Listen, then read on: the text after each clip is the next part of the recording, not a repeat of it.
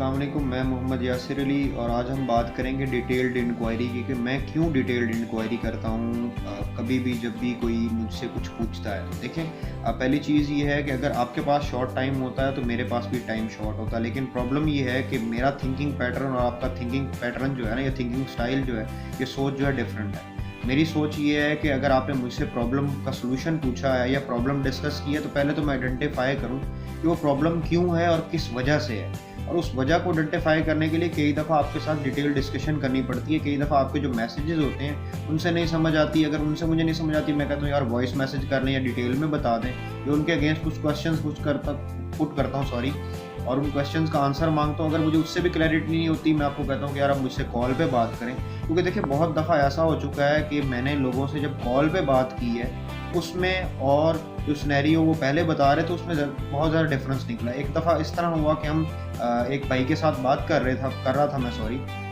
और उसके साथ प्रॉब्लम ये हुआ कि मैं 1.5 घंटा उसके साथ बात करता रहा, और 1.5 घंटे में तकरीबन हार्डली कोई ऐसा टाइम होगा जिस वक्त हमने कोई ऐसी वैसी बात की होगी। हर वक्त बात ये हो रही थी कि यार आप ये करते हो, कहीं ये तो नहीं करते, कहीं ये तो नहीं करते, कहीं ये तो नहीं करते।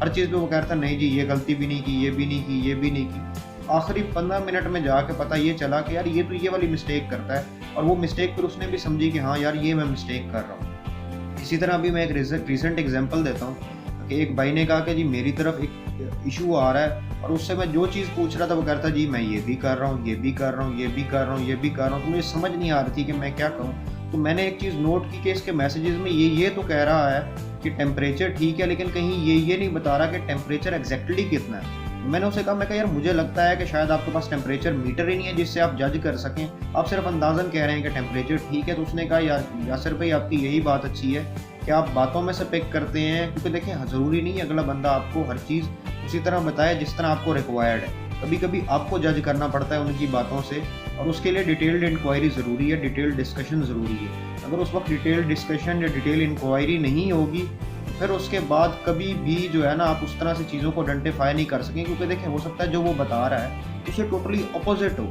और ये हमेशा इंक्वायरी के बाद पता चलता है, इंक्वायरी से पहले नहीं पता चलता। इसीलिए मेरी आदत है कि मैं हर बंदे से डिटेल्ड जो है ना उससे इन्फॉर्मेशन मांगता हूँ ताकि मैं उसको डिटेल्ड एनालिसिस दे सकूँ।